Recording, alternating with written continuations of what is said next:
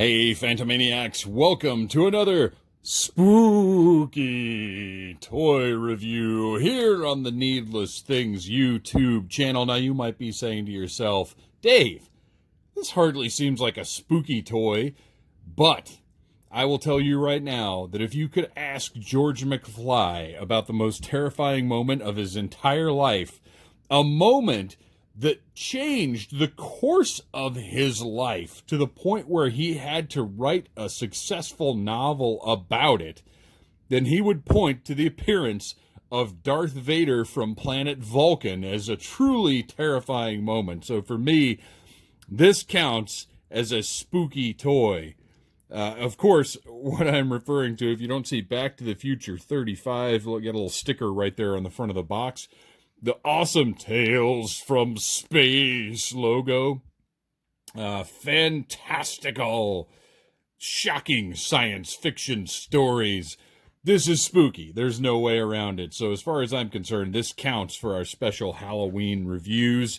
Of course, gorgeous box art. And on the back we see, oh, it's just Marty McFly. But it's Marty McFly dressed up as a truly terrifying character as far as George McFly is concerned. Here we have Ultimate Marty McFly, Tales from Space.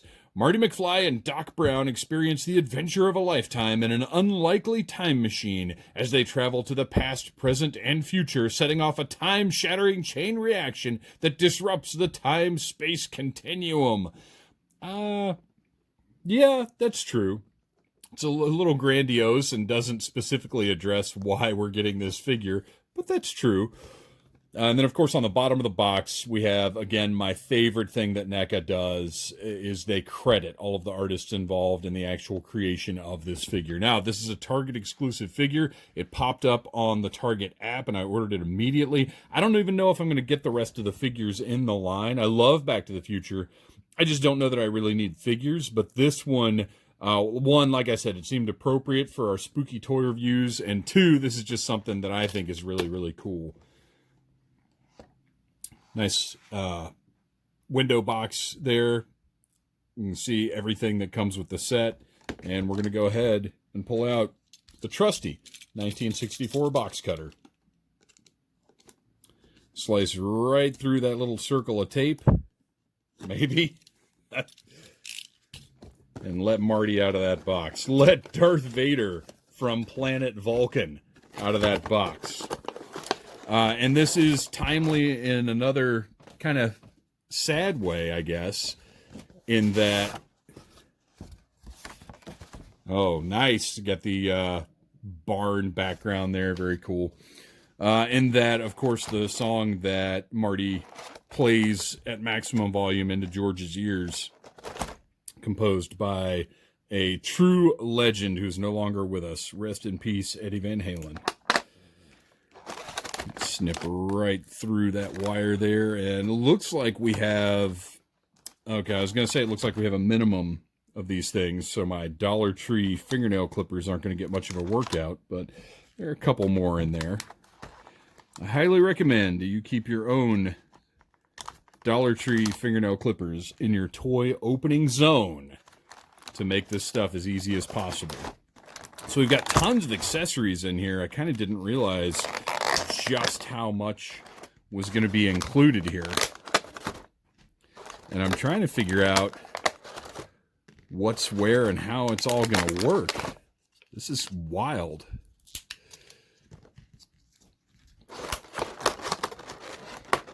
We've got the Walkman. Oh, this is like rubber, and we do have a piece of tape right here. It seems a little unnecessary, considering that plastic was on top of it, but whatever. Not a big fan of tape on accessories, but I guess if you got to do it, you got to do it. Oh, and this is a nice, very soft, flexible cord, so that's good. And then we have the hairdryer here. And finally, let's get old Marty out of that tray.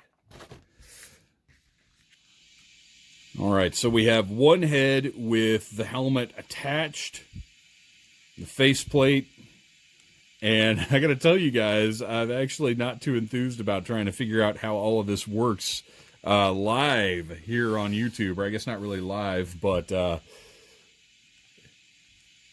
okay, here we go. So that clips under there. Easy enough. Okay, I thought that might be a little more complicated. So there we have Darth Vader from planet Vulcan in all of his terrifying glory. I love the bright yellows on this, so you can see we've actually got the zipper painted right there, the belt with the buckle, and then different shades of yellow on the different parts of the suit. The hood, same material right here. This is the kind of paint job that only NECA really gets. Got all of the details that you need to have on this figure. And it's just really impressive to me that they capture things like this.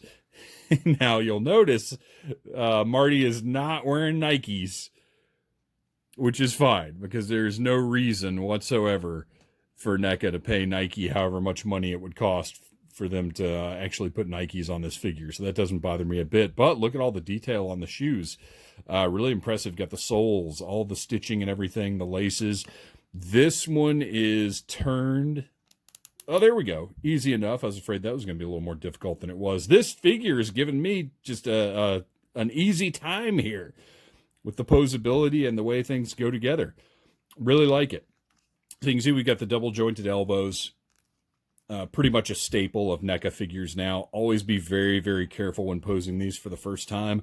I'm not going to push them too hard because I don't want to end up with a Marty with a broken elbow joint. And then we've got the knees. There we go. Got a little swivel there. But again, how much articulation does this figure really require? So that's awesome. Let's very carefully pop this head off. Oh, and I like this detail. I kind of just noticed this. Ooh, man, this might be a little tricky. All right. He's got his denim jacket. The collar of his denim jacket is poking out of the suit at the top here. That's really great. I like that. So let's get this other head on here. Very similar. Actually, compare those heads real quick. You can see basically the same sculpt there. It's just one has the helmet, one does not. Fine by me. This is the look I want on Marty's face for this particular figure. So I'm okay with that. Oh, man, that is not wanting to go on. Come on, get on there. Oh, there we go. Whew. It's a little nerve-wracking sometimes getting those parts to go on. Okay, so look at the incredible paint job, great likeness. They've done a good job capturing Michael J. Fox here. I think he looks great. Nice sculpt on the hair. Well done. Now, what are all these other pieces that we've got going on here? This one,